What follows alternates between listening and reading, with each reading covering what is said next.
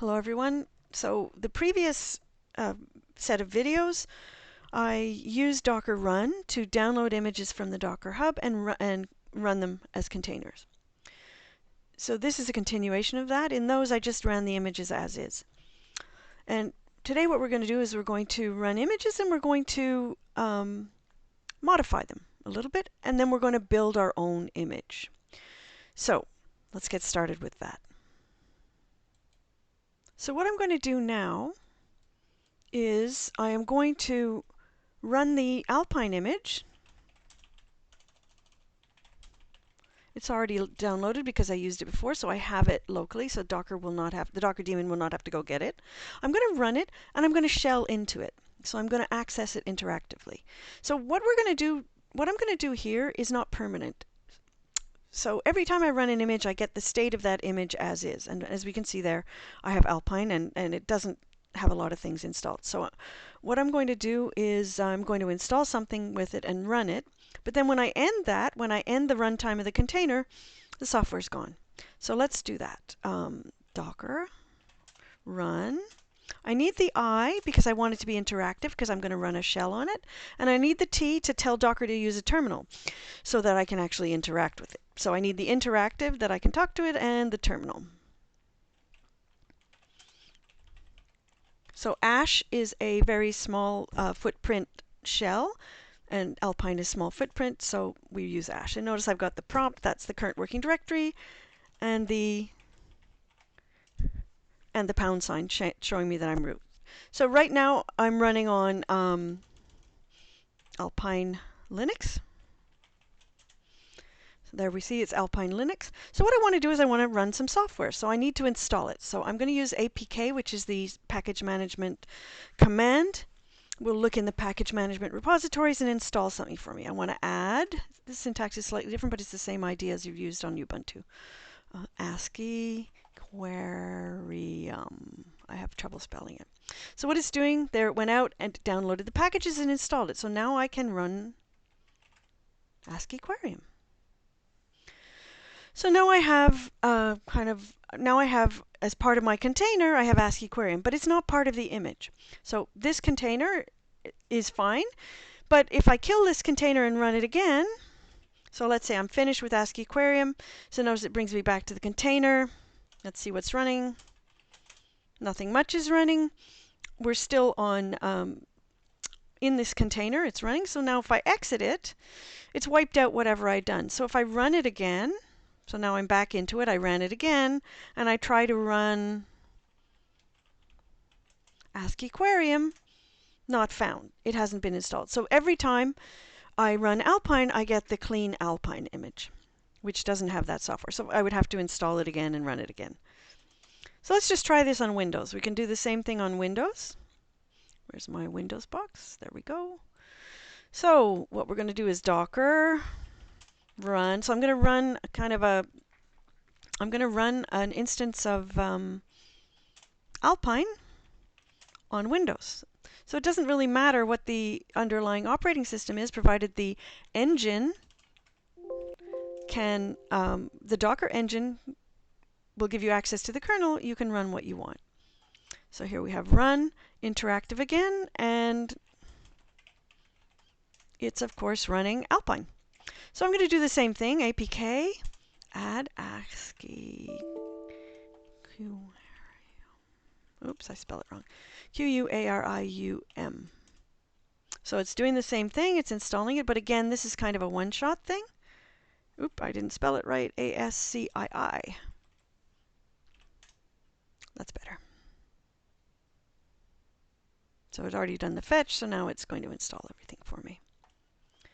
So now this container, not the image, but not the Alpine image, but the container has ASCII Aquarium installed. Thankfully, I can use tab completion. So now I've done exactly the same thing on Windows that I did before on Linux. Because this is a process and I'm running using the host kernel, I can run whatever I want, provided I've got that container engine, the abstraction layer in between. So now when I want to kill it, of course I do Control-C and, whoops, Control-C. And I'm still running asciiquarium, so I can run it again if I want, or I can quit. And once I quit, of course, or once I end that container, the container is no longer running, so asciiquarium is no longer installed. If I want to use alpine again, I'm going to have to install it. So this is great, but every time we have to do it, we have to add the software we want. So we don't want to do that. So we want this to be automatically run asciiquarium. Let's say we wanted a container to automatically run asciiquarium and to whenever we launched it. So we'd have to have it installed, and we'd have to have that automatically launched. So how do we do that automatically and permanently? Well, we use something called Dockerfile and Docker build.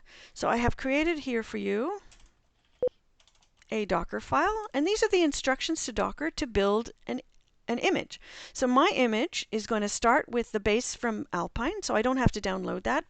It's already on my system, but I want to use that as a starting point because I don't want to have to build a whole thing. So, and I want on Alpine, what I want to do is I want to install asciiquarium. So that's this run. And then whenever I run my image, I want to actually launch asciiquarium instead of having to go in and do it. So I don't have to, I want to have to, all of this is part of my image. And the label is, of course, it's key value pairs where we add information to my image about, who created it, and there's an email and some modified information. And we can use whatever key value pairs we want. These are fairly standard. So how do we use this? We want to use this to build our image. So if I see Docker images, so with Docker images, I have Alpine, so it won't have to download it, but it will have to add these layers. So let's give that a go. So what I want to do is Docker build. -t in this case is the tag, so I'm going to call it asciiq and dot. So the dot says use the current working directory, and in the current working directory I have a Docker file. So you can name the Docker file for Docker, or what it will do is it'll use whatever Docker file it finds. So Docker file is the default. So it's now going to build it. So what it did was, we already have Alpine, so it took that image, it adds a label and creates another layer, and then it downloads this software and installs it, creates another layer, and then it adds the command, which is again another layer. So now I have an image called asciiquarium latest. So latest is the default. We see it here. So asciiquarium, and this is my image ID. So now whenever I want to run it, all I need to do is Docker run and load that image. This is why I named it, so I know how to run it. So Docker run asciiquarium. So I like tab complete. So Docker run asciiq. It says opening terminal unknown. So because we're using an app that is terminal based, we need a TTY with it. So again, so it's not tag, it's TTY at this point. ASCII terminal. So the primary command is run, and then the options go with run. So the same with build. The options go with build. So now all I need to do, I don't need to shell into it. I don't need to install software. What it does, I don't need to run it. That's all part of my image.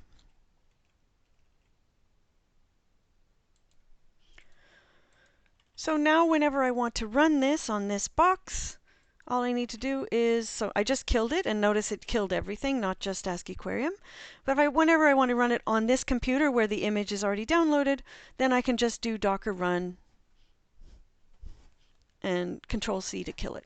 So now I can run it whenever I want, but the image is only on my system. So it's only on my local box because I built it here. If I want to share this image and run it from anywhere, the way we did with the previous images, I have to put it on Docker Hub. So that's going to be in another video. So the one last thing I want to show you from this video is we're going to have a look at what's in the image itself. We just built it out of several layers. So as you can see, it's given us a whole bunch of information, JSON format, about the image. So sometimes you may need this information, but it also gives you kind of an idea of what it looks like. So here's the command that we gave it.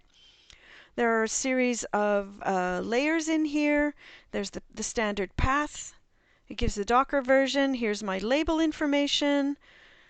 So as part of this image, we have all of this information. So we can parse out the things we need and use this information for other things. So I will leave you with this, and the next video will show how to put this on ASCII Aquarium so we can run it from wherever we want. And of course, we could also, the one last thing, I could build this on Windows, but it's exactly the same thing. And what I would rather do is show you the next step, which is being able to share it to Windows. So there we go. I'll leave you with a little soothing ASCII Aquarium.